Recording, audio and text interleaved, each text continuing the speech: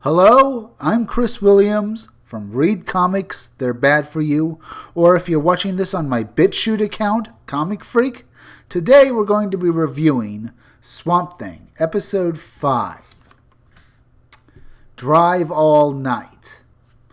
Now, the episode begins with Susie Coyle, the daughter of the man who was killed by plants. In the first issue, the guy who was basically turned into a tree in front of his bathroom mirror. Well, she has been taken home by the Sunderlands. Maria Sunderland, played by Virginia Madison, has become very attached to the girl. Will Patton, who plays Avery Sunderland, is of course just glad that Maria has something to occupy her time while he continues on being an evil jerk. But apparently, the ghost of their dead daughter, Shauna Sunderland, is angry that Maria Sunderland, her mother, is trying to replace her with this little girl. Well, Shauna Sunderland, played by Given Sharp, commences to start terrorizing Susie Coyle, and at first she does this by making Susie disappear. And of course Maria goes nuts at that point before she finds Susie, who has been promptly possessed by Shauna. You can tell this by the whited out eyes of Susie Coyle here with her evil smile. Now, Maria is convinced that her daughter has come back from the dead. Maria, your daughter, if that is your daughter, has just possessed a little girl that you are now the guardian of. Try and think this through properly. That girl does not deserve to be possessed by a dead creature that used to be your dead daughter. Now, Swamp Thing promptly meets a man in the swamp who isn't afraid of him or even acknowledges that Swamp Thing is a monster. Now, the man himself is cordial and polite. He even refers to himself as just a phantom or a stranger. Name drop. He's obviously the earthly embodiment of the Phantom Stranger, an angelic messenger from God, or as it's said in the DC Universe, the Presence. Now, he's obviously taken this form of this sort of fat, middle-aged man to make Alec Holland more at ease with himself, because he's probably be more comfortable with someone who doesn't look like something out of a comic book. I mean, he's already looking like something out of a horror comic book, so he should probably, and he's been like this for about a month, so he should probably be trying to get used to such things now. Now, the sheriff has been called out to a little patch of swamp by a man who she's arrested before. Apparently, he wants to talk to her. Well, the man, he's just your basic no-name thug. He's a low-level criminal, but he has something that she will find very interesting. Mainly because he tells her that he saw her son, Matt Cable, out in the swamp on the night that Alec Holland was shot. He even tells her he heard the shots fired.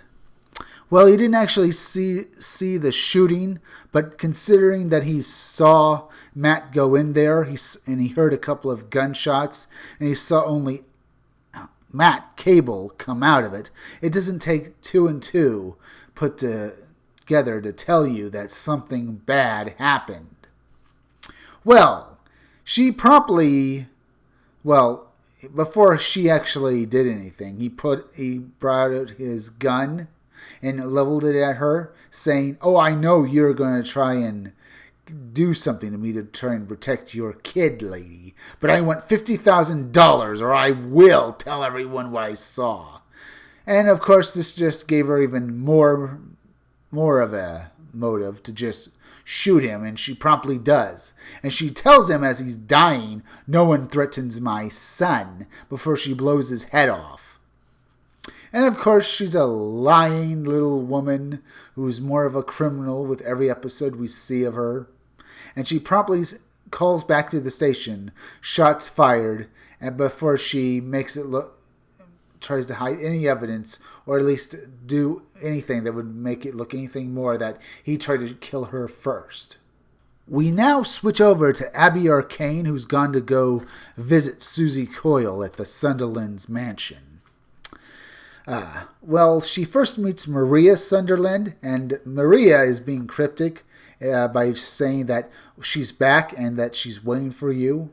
Abby at first doesn't think anything wrong about this, but then again she begins to think that the way she said it, the way Maria said she's back and she's been waiting for you a while, it seems kind of wrong.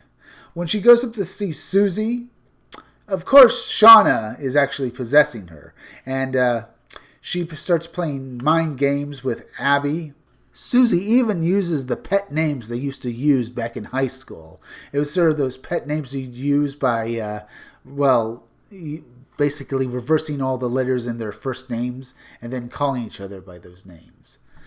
All right, Abby begins to get scared and angry, and she says she's going to leave, and she's about to do so, but Susie says, "Hey, look back here," and she promptly turns into the undead corpse of Shauna. This, of course, makes Abby Arcane freak out completely, and we see Shauna get up in her face and start laughing. Now, if this was any real merit, Shauna would explain why she's back, but no. All we see is the classic horror movie trope of you see a dead, undead monster and you run away screaming. Now, Abby runs out of the house and she promptly runs into Madame Xanadu. But as we have to say here, Madame Xanadu says to Abby, "It's happened, hasn't it? Shauna has returned from the dead." We'll get into a little more in a little bit.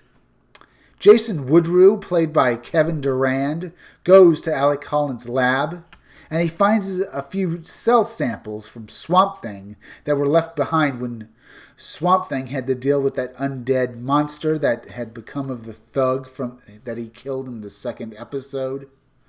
Well, Jason Woodrue finds the sample, and then he starts studying it through a microscope, and he realizes it's even more of the same samples that Abby Arcane had let him study. And he thinks he's onto something that could help him save his wife, or at the very least, get enough money to help his wife, because it must be worth millions. Because he thinks it's worth millions. Because it's a creature that is both plant and animal. Something that should never or ever have existed on Earth. Of course, he ends up trying to call Avery Sunderland about this. But right now, Avery has basically been having to deal with Maria, who has now been promptly led out into the swamp by Shauna Sunderland. Shauna says, "I'm tired of being alone in the swamp. Come and join me. Keep me company under the water," she says. And Susie Coyle takes Maria out into the swamp. This is bad because Maria is eventually dragged underwater by the spirit of her dead daughter. And Abby Arcane gets there just in time to see this happen. And she promptly gets into the water and starts swimming around looking for Maria, trying to save her. She's trying so desperately, and she keeps going back under the water trying to find her. But that's when Swamp Thing ends up rescuing Maria Arcane himself.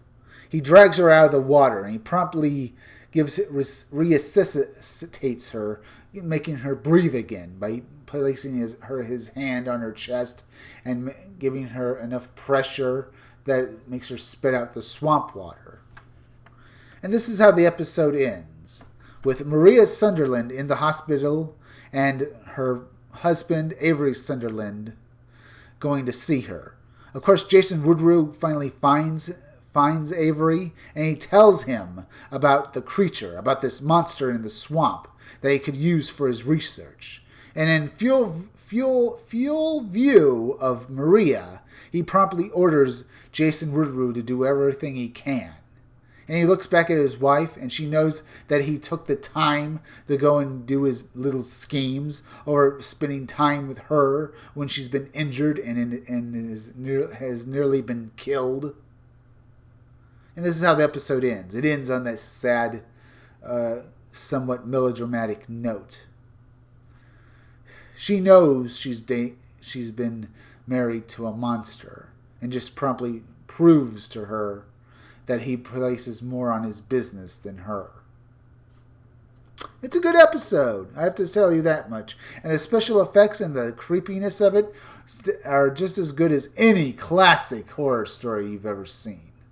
Well, except one part of it.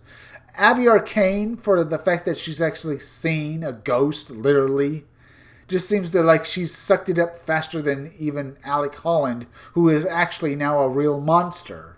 She recoils from the fact that when she saw Shauna, that it could possibly be real, and that somehow Susie Coyle is lying. Lady, you just saw an undead monster. A real undead monster, like something out of a horror movie. Why are you so calm, and why are you accusing a little girl of lying? But beyond that, it was a great episode, and we learned much more about the characters and how they live their lives.